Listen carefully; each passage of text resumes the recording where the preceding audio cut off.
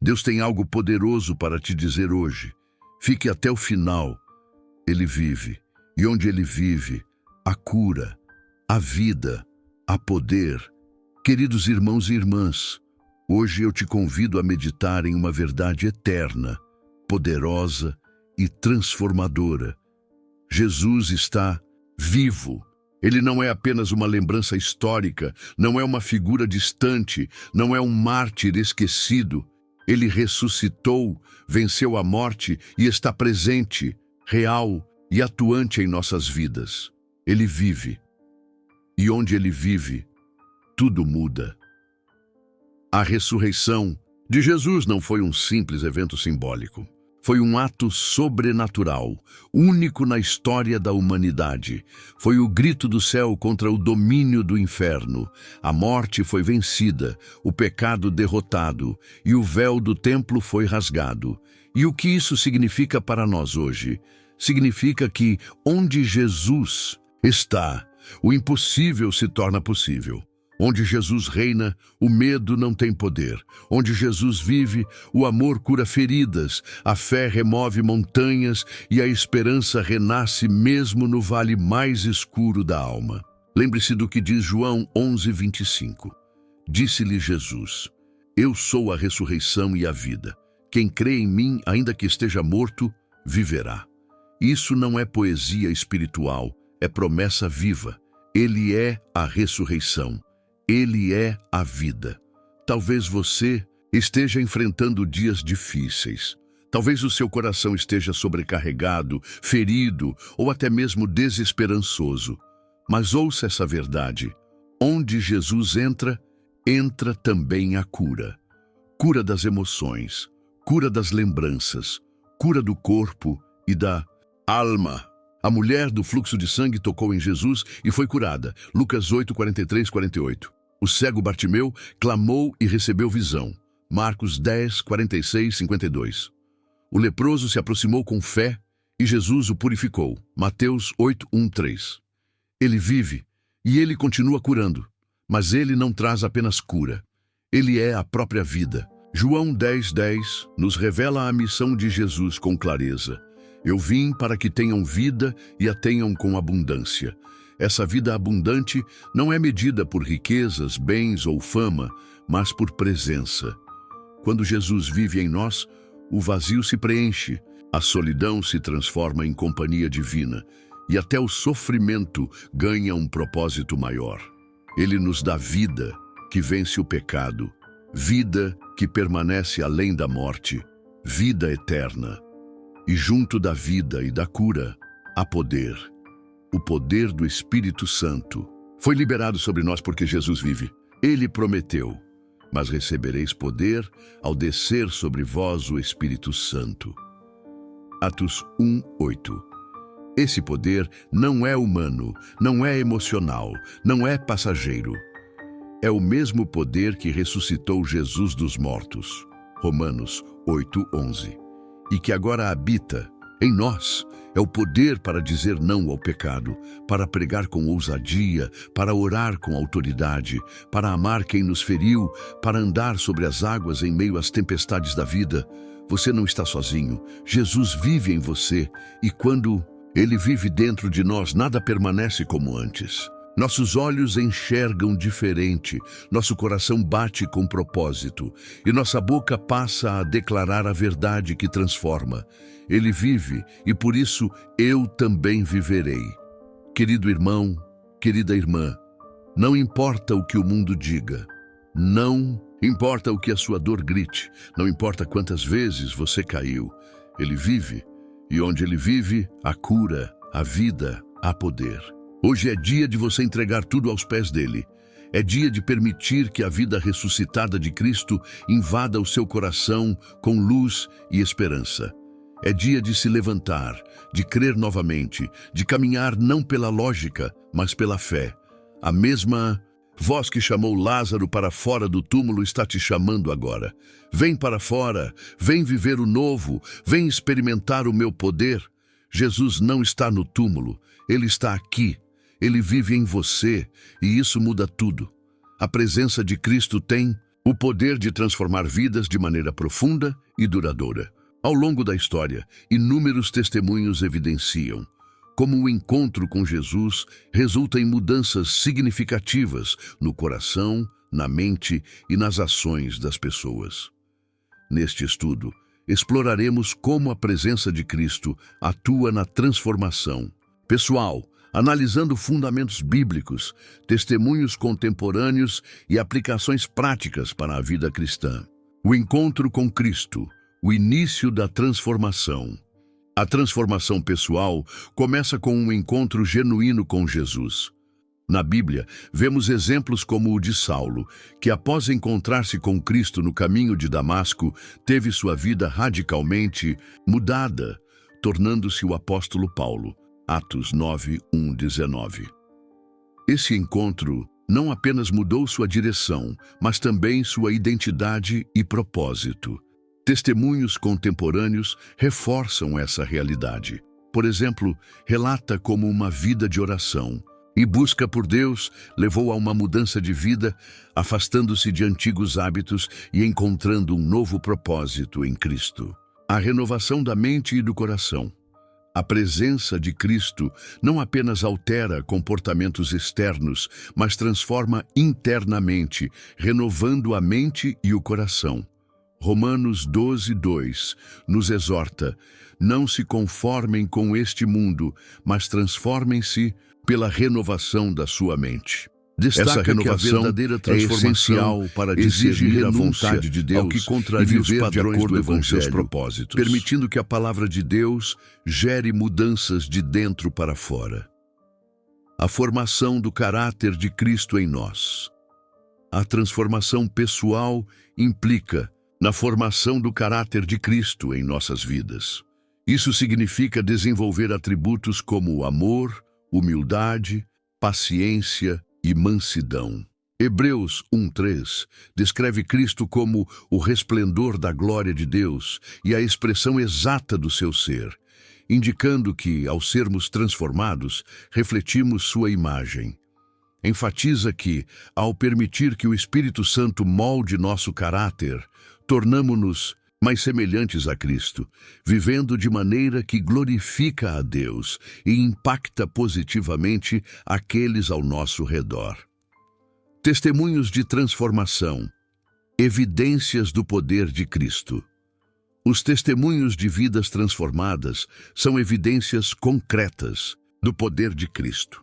Compartilha como, após um encontro com Jesus, uma pessoa reconheceu sua condição pecaminosa e experimentou uma mudança radical, abandonando comportamentos prejudiciais e buscando uma vida de santidade.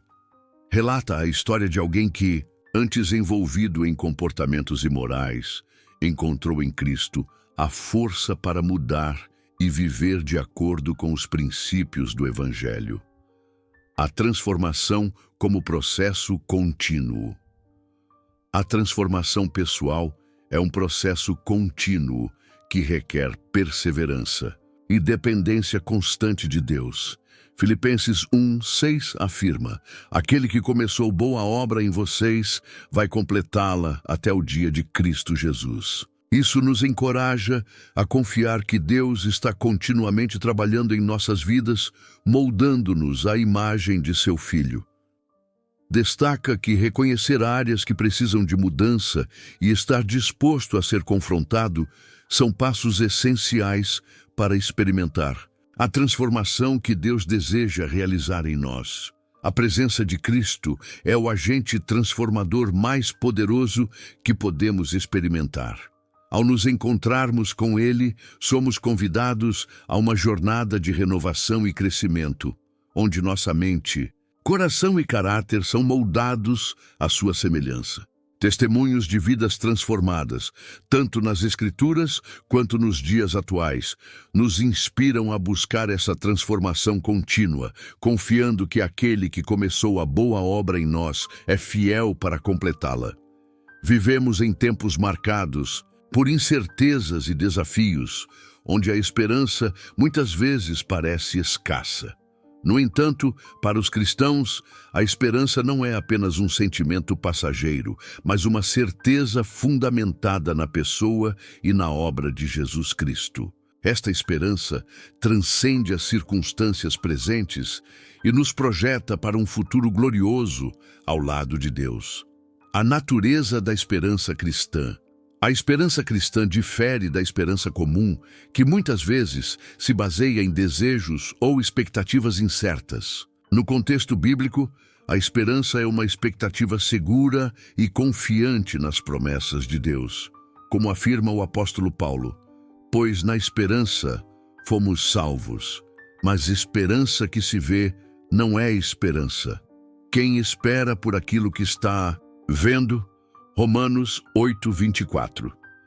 Essa esperança é viva, porque se fundamenta na ressurreição de Jesus Cristo, que venceu a morte e nos garante vida eterna. Como destaca 1 Pedro 1:3. Bendito seja o Deus e Pai de nosso Senhor Jesus Cristo. Conforme a sua grande misericórdia, Ele nos regenerou para uma esperança viva, por meio da ressurreição de Jesus Cristo dentre os mortos. A esperança ancorada em Cristo. A carta aos Hebreus descreve a esperança como uma âncora da alma, firme e segura. Temos esta esperança como âncora da alma, firme e segura, a qual adentra o santuário interior por trás do véu. Hebreus 6:19.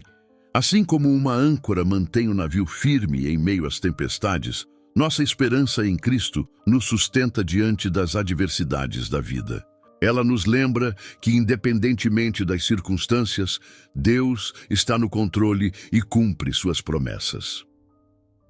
A esperança que transforma o presente. A esperança em Cristo não apenas nos projeta para o futuro, mas também transforma nosso presente. Ela nos capacita a enfrentar os desafios diários com coragem e confiança, sabendo que nossa vida tem propósito e destino. Como afirma o apóstolo Paulo, sabemos que Deus age em todas as coisas para o bem daqueles que o amam, dos que foram chamados segundo o seu propósito. Romanos 8:28. Essa certeza nos permite viver com alegria e gratidão, mesmo em meio às dificuldades, pois sabemos que Deus está trabalhando em nossa vida para nos moldar à imagem de Cristo. A esperança da glória futura. A esperança cristã culmina na promessa da glória futura, quando estaremos para sempre com o Senhor. O apóstolo Paulo expressa essa expectativa em sua carta aos Colossenses. A eles quis Deus dar a conhecer entre os gentios a gloriosa riqueza deste mistério, que é Cristo em vocês, a esperança da glória. Colossenses 1:27. Essa esperança nos motiva a perseverar na fé e a viver de maneira santa, aguardando o dia em que seremos plenamente transformados. Somos chamados a viver como pessoas de esperança, vivendo como pessoas de esperança em um mundo marcado pela escuridão. Isso significa compartilhar a esperança que temos com os outros por meio de nossas palavras e ações. O apóstolo Pedro nos exorta: estejam sempre preparados para responder a qualquer pessoa que lhes pedir a razão da esperança que há em vocês. 1 Pedro 3,15. Ao vivermos com esperança, tornamo-nos testemunhas vivas do poder transformador de Cristo e instrumentos de sua graça no mundo. A ressurreição de Jesus Cristo representa a vitória definitiva sobre a morte e o pecado, inaugurando uma nova realidade de libertação, reconciliação com Deus e esperança escatológica.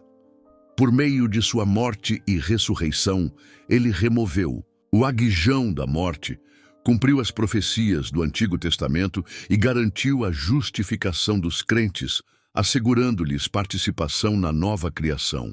A vitória sobre a morte, a personificação e derrota da morte.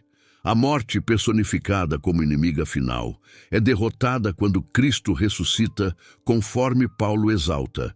Onde está, ó morte, a tua vitória?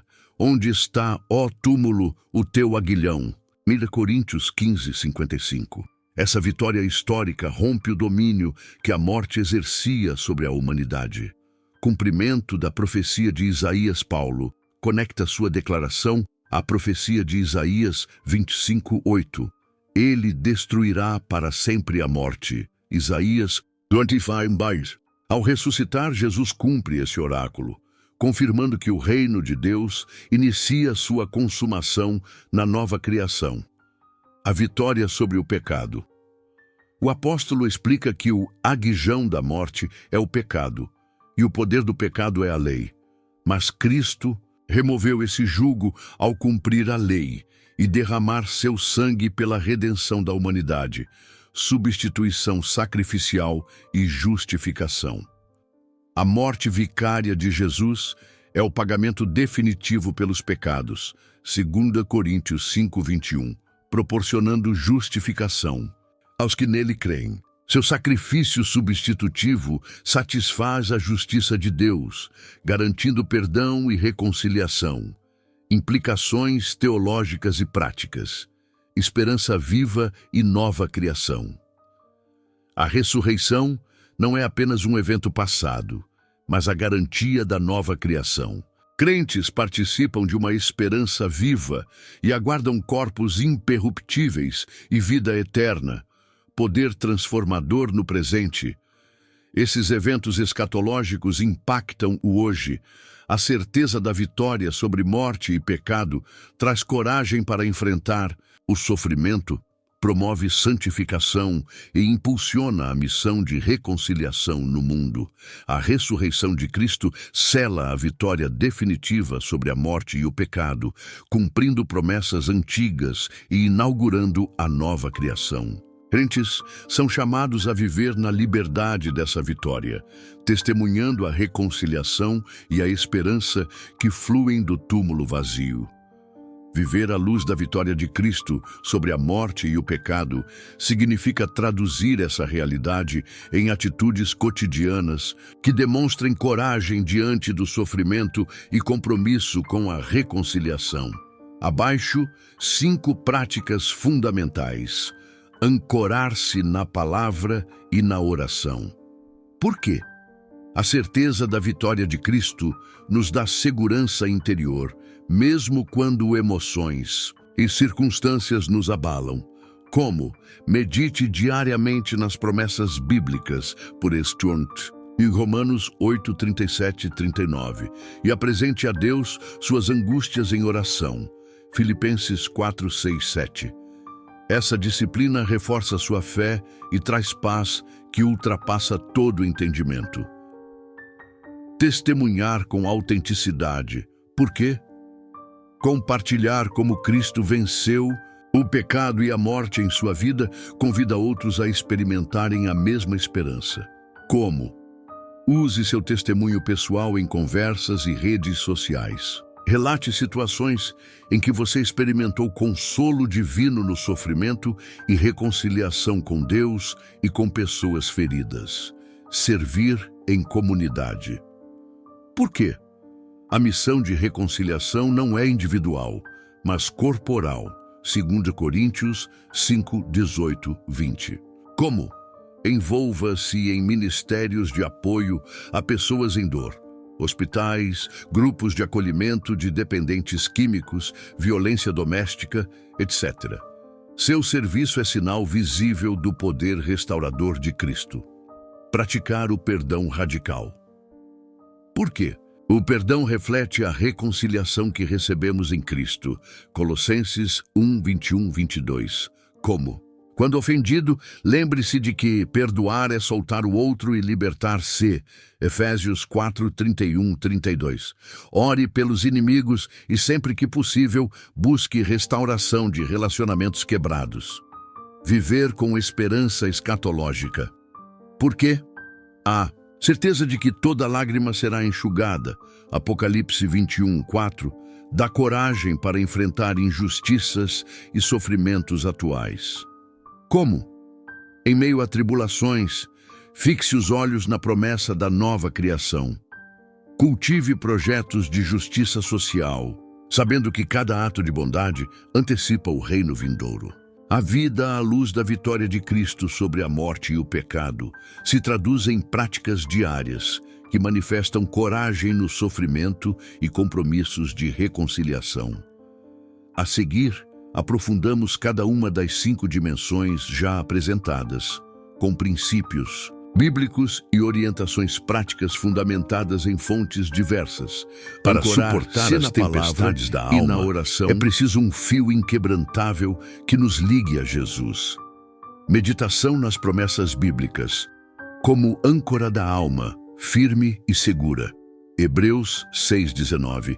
A esperança em Cristo nos mantém estáveis mesmo em meio à provação, oração como expressão de dependência. Ao levar ansiedades a Deus, experimentamos a paz que ultrapassa todo o entendimento. Filipenses 4, 6, 7. Testemunhar com autenticidade. Compartilhar como Cristo venceu o pecado em sua vida gera fé nos outros e glória a Deus. Brevidade e foco em Deus.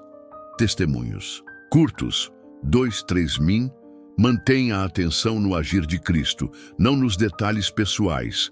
Glorificar a Deus, não a si. Ao relatar sua história, enfatize o que Deus fez, mostrando o como o verdadeiro protagonista da mudança. Servir em comunidade. A missão de reconciliação é vivida em corpo, não de forma isolada. Ministérios de cura e acolhimento. Atue em hospitais, abrigos ou programas de dependência química, onde a missão de reconciliação se materializa no cuidado ao sofredor. Pequenas ações, grande impacto. Gestos simples de gentileza e escuta ativa em sua vizinhança já são sinais do reino que reúne o ferido e o excluído. Praticar o perdão radical. O perdão reflete a reconciliação que recebemos em Cristo e quebra ciclos de mágoa. Desvincular perdão de reconciliação. Perdoar não exige restaurar imediatamente a relação, mas liberta o ofendido do peso do ódio. Perdão como decisão contínua. Escolha perdoar diariamente, lembrando-se de que Deus nos perdoa até 70 vezes 7. Mateus 18, 22. Viver com esperança escatológica. A certeza do reino vindouro alimenta coragem e justiça no presente. Olhar para a nova criação. Deus fará novas todas as coisas. Apocalipse 21, 1, 4. E saber disso nos fortalece a lutar contra o mal, hoje. Promover justiça como antevisão do reino. Engaje-se em causas sociais e defesa dos oprimidos, antecipando a glória que será revelada em nós. Romanos 8:18.